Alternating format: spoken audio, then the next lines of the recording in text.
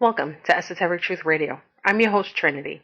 Today I want to talk about synchromysticism, egregores, frequencies, and how we define our realities. This is going to be a brief look into what I'm going to be discussing at length later on this week. We'll be having a live show, so I wanted to make sure that I put this out here so you guys would be willing to participate, and we'd all have a fantastic show. So while recently being able to write openly again, I find myself looking for questions as opposed to answers. When being a researcher, sometimes you find yourself going full circle, and I found exactly what I wanted to discuss. First, there's synchromysticism. Many people haven't heard of it, but it has played a huge role in my life for many years, thanks to people like Steve Wilner, also known as Soundless Dawn, and Jack Coetzee. Synchromysticism is a showing of secrets in plain sight through movies, television, and music. Put it this way. We're easy to condemn someone if we're talking about the book of Satan, but we can watch and discuss a movie that portrays the book. To me, this is the exact same thing, just using a different way to tell the same story. I found it fascinating that those that are religious watch movies that depicted witches, murder, villains, that according to their teachings should not be touched because it is evil. Yet they don't see it that way. For them, it's a form of entertainment, and that, my friends, is false. Anything, whether it be drugs, alcohol, and aspirin or mushrooms, can easily change your reality due to what it does to your brain and it processes it. This is the same for movies, television, and music. We cry for characters in movies. We know that it's not real, yet it can cause a reaction that should mostly be used when you have a very physical attraction or a connection to it. Music can change your mood, from good to bad, from love to anger. This again affects you. Television leaves you in suspense to be sure to watch next week's program. And yes, program is a very special word. Secrets are shown and displayed throughout history in different forms, from hieroglyphs, cave paintings, and as we developed language, those who created it knew that they could make these pictures as words, and words as meanings, and meanings as control. Our laws, our religions, our gurus, our masters are fully aware of this and use it willingly, because we are not taught that our brain, sight, and sound can cause us to be followers, and even leaders. But even more sinister is that we could live our entire lives never knowing we were controlled. Personally, I don't buy into the whole "we are all one" motto. I don't think that we are, and that's okay. Yet it is used in a way to separate all of us, to divide, and for those who watch on the sidelines, to conquer those who fight over it. We discuss those in power and make claims that they believe in the devil or Lucifer, and that they're into the occult.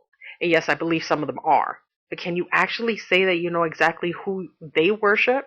And can you say that you know exactly who you worship? These are the questions that plague me. The ones that make me think that not only is there a higher power, but that we have no idea who or what it is. Those that are fully involved with their religions are in fact very powerful beings, and as are those who don't believe in anything at all.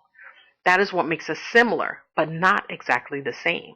I want to share a word that I found many years ago, that after you understand the meaning behind it, you can see a bit of what I mean. One of the largest best-selling books was The Secret. Now, this book would convince you that you, in fact, can think of what you want and with enough concentration can make it so. Church tells you that if you pray hard enough, you can make miracles. New Age tells you that if you meditate, you can have a whole new life. And if you subscribe to any of the above three, then you believe in egregores. Now, here's the definition for an egregore.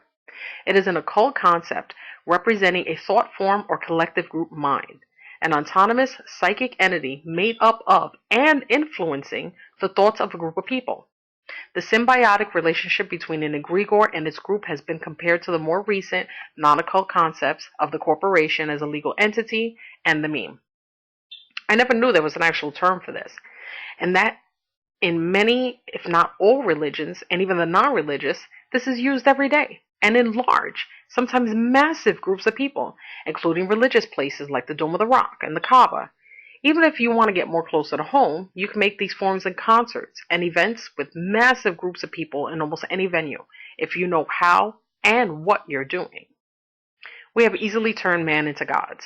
We have the king of pop, Michael Jackson, movie stars like Tom Cruise. Let's not even get into the so-called reality shows. We even have shows like American Idol that lets us so-called vote. This again is a program to make you believe that your vote always matters, even if it's just for someone who sings a song. There are parts of our mind that we are never taught exist. We give credence to those who are schooled on those subjects, never really understanding that they only regurgitate what was indeed taught to them. This is what ultimately gets us destroying ourselves. Music, for example, has a vibration that is set in hertz.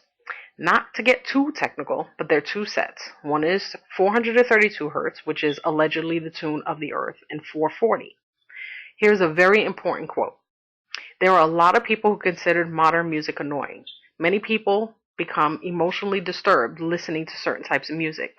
What few people realize, regardless of the type of music played in the Western world, the standard Anglo-American tuning for instruments and voices was instituted at the same time by the same agents and agencies advancing acoustic war studies for inducing mass hysteria. And this was said by Leonard G. Horowitz.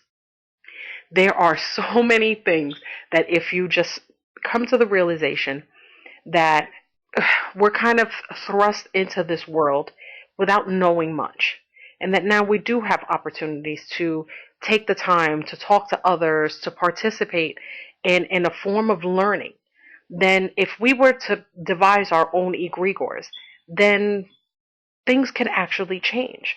We won't have people that are subliminally, manipulated in the worst kind of way. It's people walking around like literal zombies all day long. We're taught these things. We enjoy the movies. We enjoy the music. We don't know who is producing them. We see the credits rolling. We don't care about their personal lives.